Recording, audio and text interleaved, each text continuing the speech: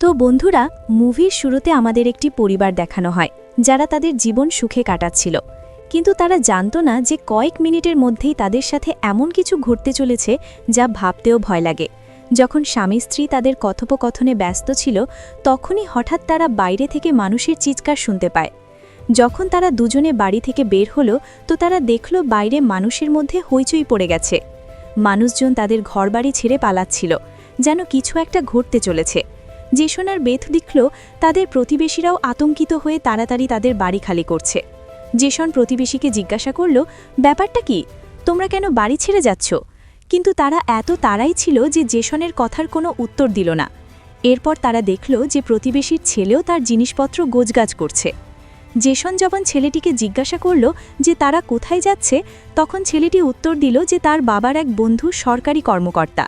তিনি বলেছেন যে একটি খুব বিষাক্ত ভাইরাস ছড়িয়ে পড়েছে, যা একজন সাধারণ মানুষকে দৈত্যে পরিণত করে। কিন্তু তখনই ছেলেটির মা সেখানে এসে তাকে ধরে নিয়ে যেতে লাগল। জেসন তাকে জিজ্ঞাসা করল যে ছেলেটি কোন ভাইরাসের কথা বলছে, যার উত্তরে ছেলেটির মা বলল যে এখন বলার সময় নেই, তোমার স্ত্রী এবং মেয়েকে নিয়ে এই শহর থেকে যত তাড়াতাড়ি পারো পালিয়ে যাও। এটা শুনে জেসন আর বেথ খুব ভয় পেয়ে গেল। এরপর জেসন কোনো চিন্তা না করেই তার পরিবারকে গাড়িতে বসিয়ে শহর থেকে বের করে নিয়ে যেতে লাগল। কিন্তু রাস্তায় তারা দেখল যে প্রতিবেশীরা যারা পালাচ্ছিল তারা ফিরে আসছে। এটা দেখে তাদের আরও অদ্ভুত লাগল।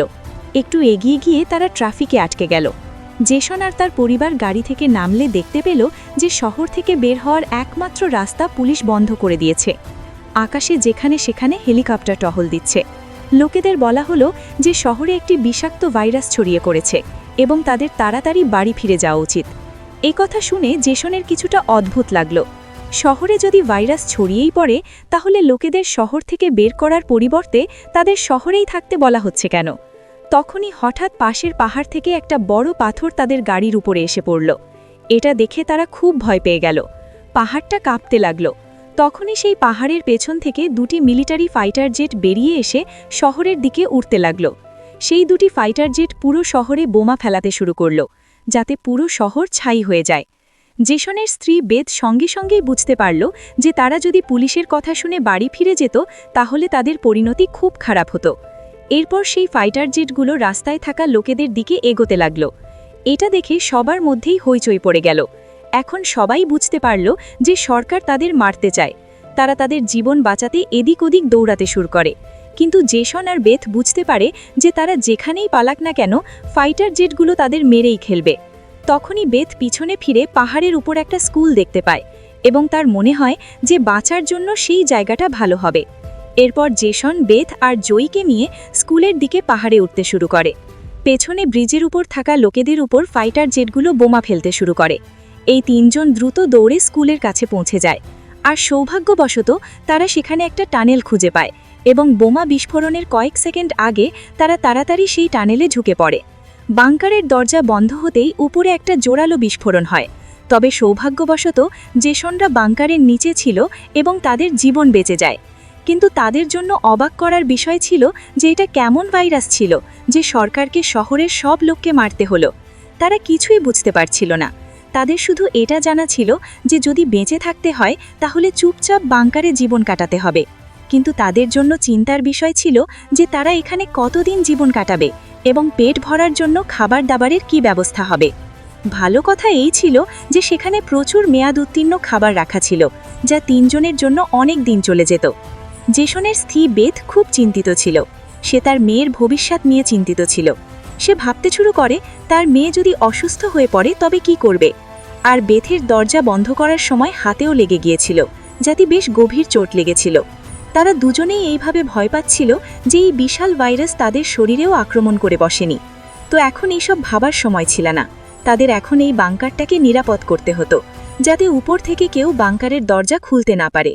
জেসন লোহার চেন দিয়ে বাংকারের দরজা শক্ত করে বন্ধ করে দিল এবং ঠিক করল যে তাদের এখানেই লুকিয়ে জীবন কাটাতে হবে। কিন্তু মাটির নিচে থাকার জীবন এত সহজ ছিল না। প্রতিদিন একই খাবার, পান করার জন্য কাদা ভরা জল এবং অবসর সময় তারা তাস খেলত। বাইরের দুনিয়া থেকে তাদের পুরোপুরি যোগাযোগ বিচ্ছিন্ন হয়ে গিয়েছিল। কয়েকদিন এখানে থাকার পর তারা এই বাংকারে খুব হাঁপিয়ে উঠেছিল। কিন্তু তারা কি করত? উপরে গেলে তো তাদের প্রাণ বাঁচত না। এই জীবন জেসনের পরিবারকে যেন পৃথিবী থেকে শেষ হওয়ার অনুভূতি দিচ্ছিল। জয়ী তার বাবাকে জিজ্ঞাসা করল, বাবা, আমরা এখানে কতদিন থাকব? জেসনের কাছে এ কথার কোনো উত্তর ছিল না। সে তার মেয়েকে শুধু এইটুকু বলেছিল, যখন বাইরের ভাইরাস চলে যাবে তখনই আমরা বাইরে যাব। সে তার মেয়ের চোখ আঙুল দিয়ে ঢেকে বাইরের পৃথিবী কল্পনা করাতো। এভাবে দিন কাটতে থাকে, তারপর মাস। তারা জানত না যে বাইরে বের হওয়ার অপেক্ষায় তাদের এখানে এই বাংকারে ৩০০ দিনেরও বেশি কেটে গেছে। জয়ী তার মায়ের তৈরি পেরিস্কোপ দিয়ে বাইরের পৃথিবী দেখে। বাইরে চারিদিকে শুধু ধ্বংসের দৃশ্য দেখা যাচ্ছিল, যেন পুরো পৃথিবীটা জ্বলে ছাই হয়ে গেছে। সেখানে কোনো মানুষের নামগন্ধ ছিল না। এইসব দেখে সেই ছোট্ট মেয়েটির মনে হতে লাগল, আমরা হয়তো এই পৃথিবীতে বেঁচে থাকা শেষ মানুষ। মা তাকে সান্ত্বনা দিয়ে বলল, তুমি এমনটা ভেবো না, হয়তো তোমার বন্ধুরাও আমাদের মতোই কোথাও লুকিয়ে আছে। এখন রাত হয়ে গিয়েছিল এবং রাতের খাবার সময় হয়ে গিয়েছিল। তাদের কাছে এখন খাবারও কম ছিল, তাই তারা তিনজন অল্প অল্প করে খেয়ে কাজ চালাচ্ছিল। কিন্তু আজ জয়ীর জেদের কারণে তাকে পুরো এক ক্যানের বাক্স দেয়া হয়েছিল। জয়ী যখন ক্যানের বাক্স খুলল, তখন সে দেখল যে ক্যানের বাক্স ভেতর থেকে খালি। এই বাক্সটির পেছনের দিকে একটা ছোট্ট ছিদ্র ছিল। সম্ভবত কোনো প্রাণী এর থেকে খাবার চুরি করেছে। বেদ বাকি সব বাক্স পরীক্ষা করে জানতে পারে যে মোট 12টা বাক্স খালি ছিল। এটা দেখে সে খুব চিন্তিত হয়ে পড়ে, কারণ এটা তো তাদের 2 সপ্তাহের খাবার ছিল। বেদ ভেন্টিলেশন গ্রিলের দিকে তাকিয়ে অনুমান করে বলে, মনে হয় কোনো ইঁদুর ভেতরে এসে খাবার চুরি করে খেয়েছে। বেদ বলল, যদি এটা ইঁদুর হয় তবে একে তাড়াতাড়ি মারতে হবে, না হলে এটা আমাদের সব খাবার নষ্ট করে দেবে। মেয়ের দুঃখী মুখ দেখে জেসন তাকে সান্ত্বনা দিয়ে বলল, ছোটখাটো বিষয়ে মন খারাপ করো না, যদি খাবার শেষও হয়ে যায় তবে আমি উপরে গিয়ে কিছু জিনিসপত্র নিয়ে আসব। পরের দিন যখন জয়ী তার মায়ের সাথে ব্লকস নিয়ে খেলছিল, তখন পিছন থেকে একটা মৃদু আওয়াজ আসে। জয়ী যখন ঘুরে তাকালো, তখন দেখল একটি ইঁদুর আবার খাবার চুরি করতে এসেছে। ইঁদুরটা পালানোর আগে জয়ী সঙ্গে সঙ্গে তার বাবা মাকে ডাকল। আজ তাদের যে করেই হোক এই ইঁদুরটাকে মারতে হবে। জেসন রেগে গিয়ে ছুরি বের করে তাকে টুকরো টুকরো করার জন্য এগিয়ে গেল, কিন্তু সেই ছোট্ট ইঁদুরটা খুব দ্রুত ছিল। জেসনের আঘাত থেকে নিজেকে বাঁচিয়ে দৌড়ে পালালো এবং টেবিলের উপরে রাখা লাইটটি ফেলে দিল। যেই না সে তার গর্তে ঢুকতে যাচ্ছিল, তখনই বেদ হঠাৎ ঝাঁপিয়ে পড়ে ইঁদুরটিকে মেরে ফেলে। তারা সবাই ইঁদুরটিকে মারার আনন্দ করছিল, কিন্তু অন্যদিকে লাইট পড়ে যাওয়ায় ধীরে ধীরে আগুন বাড়তে শুরু করল। জেসন দৌড়ে গিয়ে লাইটটা নেভাতে লাগল, কিন্তু লাইটটা খুব গরম ছিল, যাতে জেসনের হাত পুড়ে গেল এবং লাইটের কাঁচ পেটে যাওয়ায় পুরো টেবিলে আগুন লেগে গেল। বেদ পর্দা ছিঁড়ে আগুন নেভানোর চেষ্টা করল। জেসন কল থেকে অর্ধেক বালতি জল নিয়ে সেই আগুনের উপর ঢেলে দিল। কোনো মতে তারা দুজনে সেই আগুন নেভালো, কিন্তু বিপদ এখনও কাটেনি, বরং তাদের জন্য আরও সমস্যা বাড়তে চলেছিল। কারণ আগুন তো তারা নিভিয়ে ফেলেছিল, কিন্তু আগুন থেকে বেরোনো ধোঁয়ায় পুরো বাংকার ভরে গিয়েছিল এবং সেই ধোঁয়া ধীরে ধীরে ভেন্টিলেশন গ্রিল থেকে উপরের দিকে বের হচ্ছিল। এটা দেখে তারা সবাই ঘাবড়ে যায়, কারণ এই ধোঁয়া তাদের সেখানের ঠিকানা প্রকাশ করছিল। এখন সবাই দম বন্ধ করে বসেছিল। জেসন বলল, হয়তো রাতের অন্ধকার ধোঁয়াকে লুকিয়ে ফেলবে এবং কেউ আমাদের ঠিকানার কথা জানতে পারবে না। তারা তিনজন ভয়ের ছায়ায় সারা রাত জেগে রইল। পরের দিন তারা নিজেদের সান্ত্বনার জন্য পেরিস্কোপ দিয়ে বাইরে উঁকি মেরে যা দেখল, তাতে তাদের পায়ের তলা থেকে মাটি সরে গেল। তারা দেখল বাইরে তো পুরো ধোঁয়ায় মেঘ জমে আছে। এটা দেখে তাদের অস্থিরতা বাড়তে লাগল। তারা পুরোপুরি নিশ্চিত হয়ে গিয়েছিল যে তাদের ঠিকানার রহস্য ফাঁস হয়ে গেছে। তখনই বেদ করল, যদি ধোঁয়া উঠেই থাকে তবে আশেপাশে ছাইও জমে থাকবে। এখান থেকে খোঁজাখুঁজি করে আমাদের ঠিকানা খুঁজে বের করতে হবে, তাই এখন আমাদের ছাই পরিষ্কার করতে হবে। এরপর স্বামী স্ত্রী দুজনে বাইরে গিয়ে ছাই পরিষ্কার করার সিদ্ধান্ত নেয়। যাওয়ার আগে জেসন তার মেয়ে জয়ীকে বলে, জয়ী, আমাকে কথা দাও, বাইরে থেকে তোমার কানে আওয়াজ আসুক বা যাই হোক না কেন, তুমি কিছুতেই বাইরে বেরোবে না। মেয়ের থেকে প্রতিশ্রুতি নেওয়ার পর তারা দরজার চেন খুলল, বাইরের আওয়াজগুলো মনোযোগ দিয়ে শুনল এবং যখন নিশ্চিত হলো যে বাইরে কেউ নেই, তখন দুজনে মিলে বাংকারের দরজা খুলে বাইরে বেরিয়ে গেল। এখন তাদের মেয়ে একা ভেতরে রয়ে গেল। সে তার বাবা মায়ের জন্য অপেক্ষা করছিল, কিন্তু অনেকক্ষণ অপেক্ষা করার পরও যখন তার বাবা মা ফিরে এলো না, তখন সে স্টুলের উপর উঠে দূরবীন দিয়ে বাইরের অবস্থা দেখতে লাগল। খুব তাড়াতাড়ি সে দেখল তার বাবা মা বাংকারের দরজায় লুকানোর চেষ্টা করছে। কিন্তু তখনই জয়ী এমন কিছু দেখল যাতে তার দম আটকে গেল। সে দেখল দূরের জঙ্গলে একটা কালো ছায়া দ্রুত তাদের দিকে এগিয়ে আসছে। মেয়েটি জোরে চিৎকার করে তার বাবাকে পেছনে তাকাতে বলল, কিন্তু দূরত্ব অনেক বেশি ছিল, তার বাবা মা শুনতেই পেল না। ভয়ে অস্থির হয়ে মেয়েটি তার ভয় ভুলে গেল এবং সিঁড়ি দিয়ে উঠে বাংকার থেকে বেরিয়ে এলো। বাইরে এসেই সে বুঝতে পারল তার বাবা মা আর সেখানে নেই। সে অস্থির হয়ে জোরে জোরে তার বাবা মাকে ডাকতে শুরু করল। তখনই হঠাৎ পেছন থেকে কেউ তার মুখ চেপে ধরে। এটা আর কেউ নয়, তার মা ছিল। কয়েক সেকেন্ড পরে একদল বন্য হরিণ দ্রুত গতিতে সেখান থেকে চলে গেল। যদিও তারা 3 জন অল্পের জন্য বেঁচে গেল, কিন্তু ব্যথের ভয় আরও বেড়ে গেল। হরিণগুলোর এভাবে পালানোর নিশ্চয়ই কোনো বিপজ্জনক জিনিস থেকে বাঁচার চেষ্টা ছিল। সবাই বিপদে রাজ করতে পেরে দ্রুত বাংকারের দিকে ছুটল। তারা বাংকারের ভেতরে ঢুকে গেল। জেসন কাঠের তক্তা দিয়ে বাংকারের দরজা বন্ধ করে লোহার চেইন দিয়ে শক্ত করে বেঁধে দিল এবং সবাইকে একদম চুপ করে থাকতে বলল। তখনই তারা ওপর থেকে পায়ের মৃদু শব্দ শুনতে পেল। মনে হচ্ছিল যেন কেউ বাংকারের দরজার দিকে আসছে। সে কয়েক মিনিট ধরে ক্রমাগত বাংকারের ওপর এদিক ওদিক হাঁটছিল। এই 3 জন আস্তে আস্তে পা ফেলে বাংকারের দরজা থেকে সরে সামনের দিকে যেতে লাগল এবং সম্ভবত এতক্ষণে ওপরে যেয়েছিল সে টের পায়নি। নিশ্চিতভাবে বলা যায় বাংকারের ওপর কেউ আছে। ভয়ে জয়ী কাঁদতে শুরু করে। ব্যাট তাকে চুপ করিয়ে বলে, যদি আওয়াজ বাইরে যায় তবে সব শেষ হয়ে যাবে। তারা 3 জন ধীরে ধীরে বাংকারের দরজা থেকে অনেকটা এগিয়ে যায়। তারা বাংকারের দরজা থেকে এই জন্য এগিয়ে যাচ্ছিল, যদি কেউ ওপর থেকে বাংকারের দরজা খুলেও দেয় তবে যেন তাদের দেখতে না পায়। কিন্তু তখনই জয়ী যে পুতুলটা হাতে নিয়েছিল তার দড়ি একটা স্ক্রুতে আটকে যায়। স্ক্রু ধীরে ধীরে আলগা হতে লাগল। এটা দেখে জেসন আর বেথের দম আটকে গেল, কারণ সেই দড়িটা পুতুলের আওয়াজের সুইচের সাথে লাগানো ছিল। তারা কিছু করার আগেই স্ক্রুটা এক ঝাঁকুনিতে খুলে গেল এবং সঙ্গে সঙ্গে পুতুলের ভেতর থেকে জোরে আওয়াজ আসতে শুরু করল। জেসন সঙ্গে সঙ্গে পুতুলটা ছিঁড়ে ফেলল এবং ভেতরের স্পিকারটা ভেঙে দিল। কিন্তু ততক্ষণে অনেক দেরি হয়ে গেছে। যে প্রাণীটা তাদের তাড়া করছিল সে তাদের টের পেয়ে যায়। হঠাৎ ওপর থেকে জোরে ধাক্কার আওয়াজ এলো এবং ঠিক বাংকারের দরজার ওপরে এসে থেমে গেল। শেষ পর্যন্ত সে তাদের ঠিকানা খুঁজে বের করল এবং বাংকারের দরজা খোলার চেষ্টা করতে লাগল। ওপরের রাক্ষস বুঝতে পারছিল যে নিচে নিশ্চয়ই কেউ আছে। যদিও দরজাটা শক্ত চেন দিয়ে বাঁধা ছিল, কিন্তু ওই প্রাণীটার ভয়ঙ্কর শক্তির সামনে চেনগুলো একটা একটা করে ভাঙতে শুরু করল। এটা দেখে জেসন বুঝতে পারল দরজা আর বেশিক্ষণ টিকবে না। তাই সে দ্রুত ভিতরে ছুটে গেল এবং ওয়াটার পাম্পের পাইপ খুলতে লাগল। এখানে ব্যথ সাহস দেখিয়ে সিঁড়িতে উঠে তার শরীরের ভর ব্যবহার করে চেন টেনে দরজা বন্ধ রাখার চেষ্টা করতে লাগল। কিন্তু তা সত্ত্বেও লোহার ঢাকনা ধীরে ধীরে খুলতে শুরু করল। ঠিক তখনই দরজার ওপরে একটা কালো ছায়া দেখা গেল, যার চোখগুলো বাল্বের মতো জ্বলজ্বল করছিল, যেন মৃত্যু তাদের দিকে তাকিয়ে আছে। জেসন কিছু না ভেবে পাইপ দিয়ে তার ওপর হামলা করল, যাতে সে পিছিয়ে পড়ে। জেসন তাড়াতাড়ি পাইপটা দরজার মধ্যে আটকে দরজা বন্ধ করে দিল এবং সেই প্রাণীটি সেখান থেকে পালিয়ে যায়। কিন্তু জেসনের শরীর তখনও খুব কাঁপছিল। সে ভাবতেও পারেনি যে বাইরের দুনিয়ায় শুধু নিষ্ঠুর সৈনিক নয়, ভয়ঙ্কর রাক্ষসও ঘুরে বেড়ায়। পুরো পরিবার সিঁড়ির পাশে হতাশ হয়ে বসে পড়ে, কারণ তাদের ঠিকানা ফাঁস হয়ে গিয়েছিল।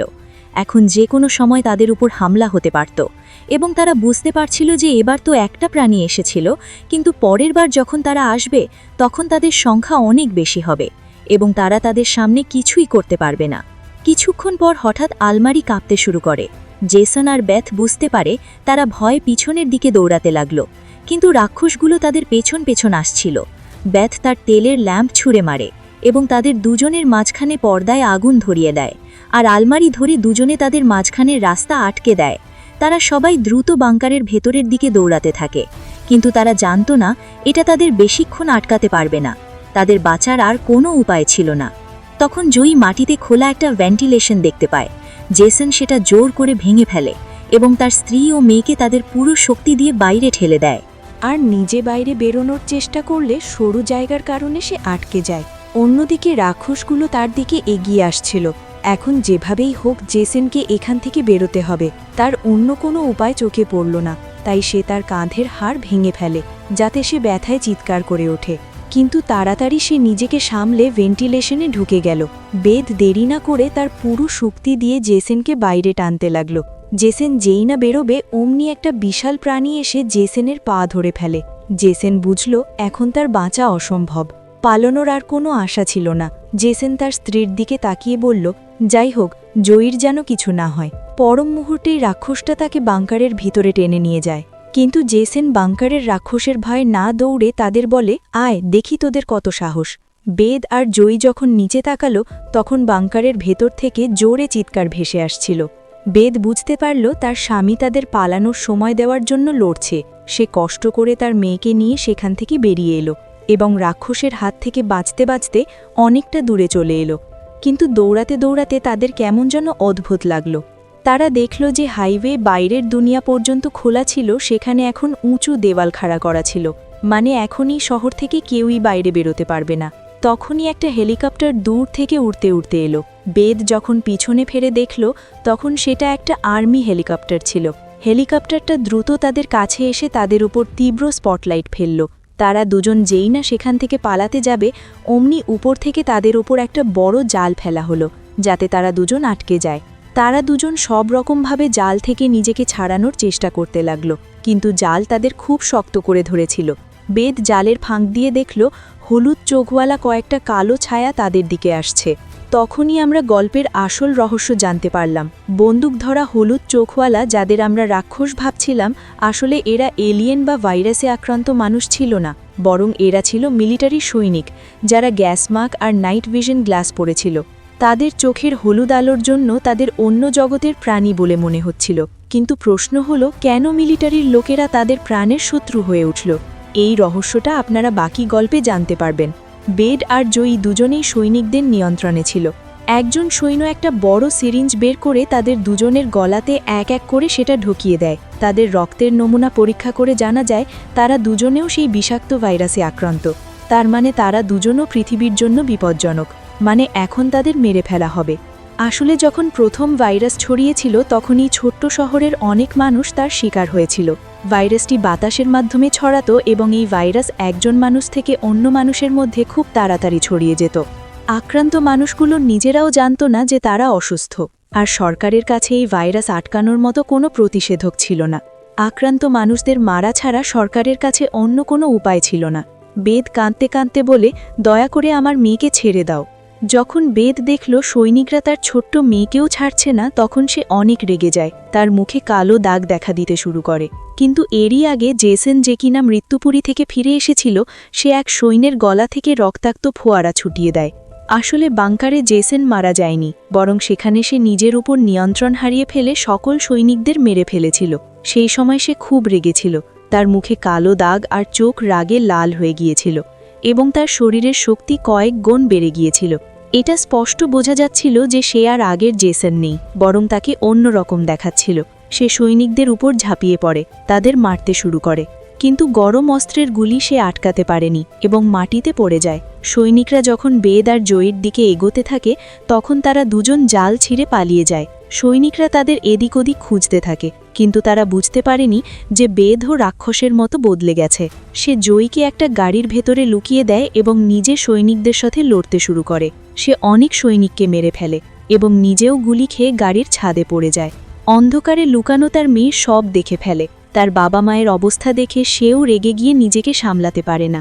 এক লাফে সে এক সৈনিককে ফেলে দিয়ে তার মাস্ক ভেঙে দেয় এবং তাকে মারতে যাচ্ছিল, কিন্তু বেদ সময় মতো তাকে থামিয়ে দেয়। সে চায়নি তার মেয়েও রাক্ষস হয়ে যাক। বেদ তাকে শান্ত করে। ধীরে ধীরে মেয়েটির শিরাগুলোর সবুজ রং মিলিয়ে যায় এবং সে আবার মানুষ হয়ে যায়। কিন্তু সৈনিকটার ভাগ্য এত ভালো ছিল না। তার সেফটি মাস্ক ভেঙে গিয়েছিল এবং সে ধীরে ধীরে ভাইরাসে আক্রান্ত হয়ে যায়। অন্যদিকে জেসনের অবস্থা খারাপ ছিল। সে তার মেয়ের মুখের দিকে তাকিয়ে তার হাতের দুটি আঙ্গুল তার চোখে স্পর্শ করে এবং জেসন চিরতরে চোখ বন্ধ করে। ঠিক তখনই আরেকটা হেলিকপ্টার এসে পড়ে। বেড তার মেয়েকে নিয়ে পালায়। আবর্জনার স্তূপ পেরিয়ে তারা একটি সুড়ঙ্গে ঢুকে যায়। তখনই একটা আলো তাদের চোখে পড়ে। দেখা যায় সামনে তাদের প্রতিবেশী সেই ছোট্ট ছেলেটা দাঁড়িয়ে আছে, যাকে আমরা গল্পের শুরুতে দেখেছিলাম। তারপর তারা দুজন তার পেছন পেছন হাঁটতে শুরু করে। ছেলেটা তাদের একটা গুহার মতো টানেলে নিয়ে যায়, যেখানে ছেলেটার বাবা মা আর অনেক লোক লুকিয়েছিল। আসলে সেখানে তাদের মতোই ভাইরাসে আক্রান্ত মানুষ ছিল। বেঁচে থাকার জন্য তারা সবাই অন্ধকারে ইঁদুরের মতো জীবন কাটাতে বাধ্য হয়েছিল। এই ভাইরাসটা বিপজ্জনক হলেও ততটা প্রাণঘাতী ছিল না। ভাইরাস আক্রান্ত মানুষের শরীরে এই ভাইরাস তখনই বেশি প্রভাব ফেলত যখন সে ভয় পেত বা রাগ নিয়ন্ত্রণ করতে পারত না। কিন্তু তারা নিজেদের নিয়ন্ত্রণ করতে শিখে গিয়েছিল। তারা শহরের সৈনিকদের রাক্ষস ভাবত, কিন্তু আসলে রাক্ষস তো তারাই ছিল। আর এখানেই এই মুভির গল্পটি শেষ হয়ে যায়। যদি আপনার ভিডিওটা ভালো লেগে থাকে তবে আমাদের চ্যানেলটি দি অস্তিত্ব এক্সপ্লেইনড সাবস্ক্রাইব করে ভিডিওতে লাইক করতে ভুলবেন না।